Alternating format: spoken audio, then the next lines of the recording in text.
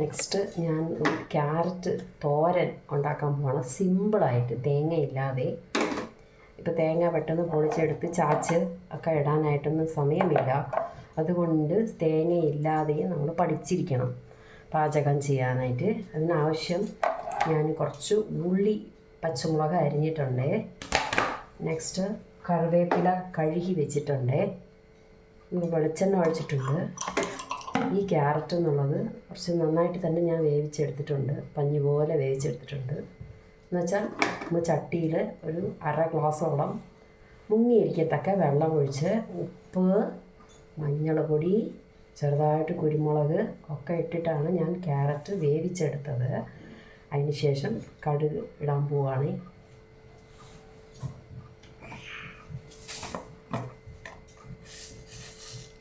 കടുകിട്ടു.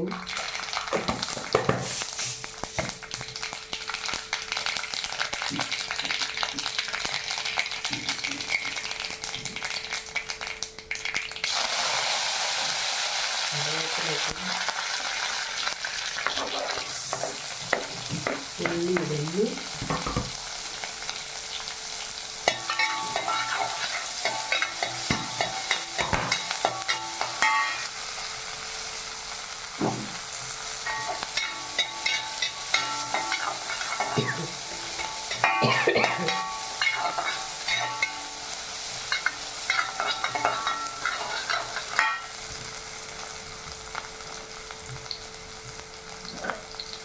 ഈ ഉള്ളിക്ക് മാത്രം ആവശ്യമായ ചെറുതായിട്ട് ഉപ്പിട്ടിട്ടുണ്ട്.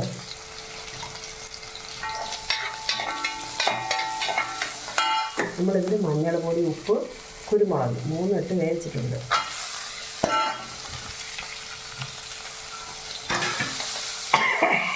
ഇതിനകത്ത് നമ്മൾ കുരുമുളക്, ജീരകം, പച്ചമുളക്, കടലപ്പരിപ്പ്, ഉഴുന്നുപരിപ്പ് ഇതൊക്കെ പൊടിയാക്കി ചേർക്കാവുന്നതാണ്. നമ്മൾ ഈ ഉപ്പേരി ഉണ്ടാക്കുമ്പോൾ ഇതുപോലത്തെ പൊടികളുണ്ടെങ്കിൽ എളുപ്പത്തിനും ഒരു ടേസ്റ്റിനും ആരോഗ്യത്തിനും നല്ലതാണ്.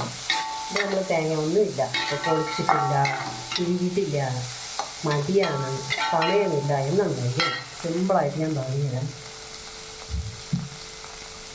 ഇഡ്ഡലിക്ക് മുളകാപ്പൊടി പൊടിച്ച് വെച്ചിട്ടുണ്ട്.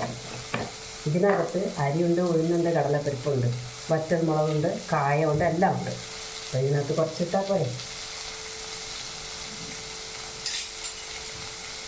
അപ്പോൾ നമ്മൾ സാധാരണ പല്ലില്ലാത്ത ഒരു മനുഷ്യരാണ്, കഴിക്കാൻ പറ്റത്തില്ല.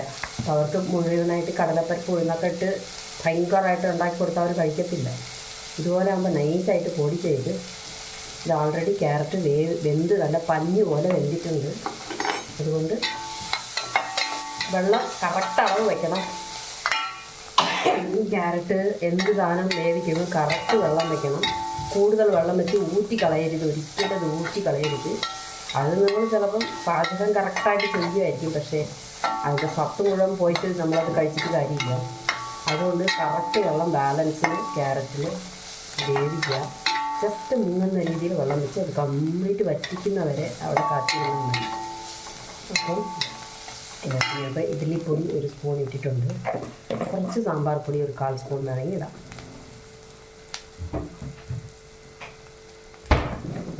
നമുക്ക് മല്ലിപ്പൊടിയുടെയൊക്കെ സ്വാദ് ഇഷ്ടമാണെങ്കിൽ കുറച്ച് മതി, ചെറിയൊരു 1/4 സ്പൂണോളം ഇട്ടിറക്കിയാൽ നല്ല എല്ലാം കൂടെ വറുത്ത് പൊടിച്ചതിൻ്റെ ഒരു ഗുണം കിട്ടും. എല്ലാം കൂടെ വറുത്ത് പൊടിച്ച് കടലപ്പരിപ്പ്, ഉഴുന്നുപരിപ്പ്, അരിശി. ഇനിയിപ്പോൾ ഓഫ് ചെയ്യാം. ഇത് ആ ഈർപ്പത്തിൽ കിടന്ന് അത് വറ്റിച്ച് വരും. ആ ഈർപ്പത്തിൽ കിടന്ന് ഈ മുളക് പൊടിയൊക്കെ അതിനകത്ത് അബ്സോർബായി. അത് അപ്പോൾ നമുക്ക് ഇതിനകത്ത് എന്തൊക്കെ ചേർക്കാനുള്ള എല്ലാം ചേർത്തു. ഇതാണ് കറിപ്പൊടി എന്ന് പറഞ്ഞിട്ട് കടയിൽ വയ്ക്കുന്നത്. അവരിഷ്ടം പോലെ സാധനങ്ങൾ ചേർക്കും. വറ്റൽമുളക് ചേർക്കും, മല്ലി ചേർക്കും, കടലപ്പരിപ്പ്, ഉഴുന്നുപരിപ്പ്, അരി, കുരുമുളക്, ജീരകം, കറിവേപ്പില, ഈ വെളുത്തുള്ളി, അത് ഇതാണ് ഒരു 108 സാധനങ്ങൾ പറയുന്നത്. ഇതൊക്കെ നിങ്ങൾ ഓർത്തിരിക്കാൻ പറ്റുമോ?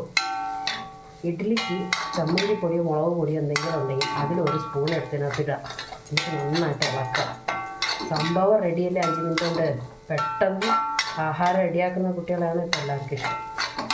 ക്യാരറ്റ് മാത്രമല്ല, അതിൻ്റെ വേവിനനുസരിച്ചിട്ട് ഇപ്പോൾ ക്യാരറ്റ് എത്രത്തോളം വേവും അതിനനുസരിച്ച് വെള്ളം വയ്ക്കുക. ക്യാബേജ് ആണെങ്കിൽ അധികം വെള്ളം ഒഴിക്കണ്ട, കത്തിരിക്കയാണെങ്കിൽ വെള്ളം ഒഴിക്കണ്ട. ഓരോന്നായിട്ട് നമ്മൾ ഉണ്ടാക്കി കാണിച്ചു തരാം.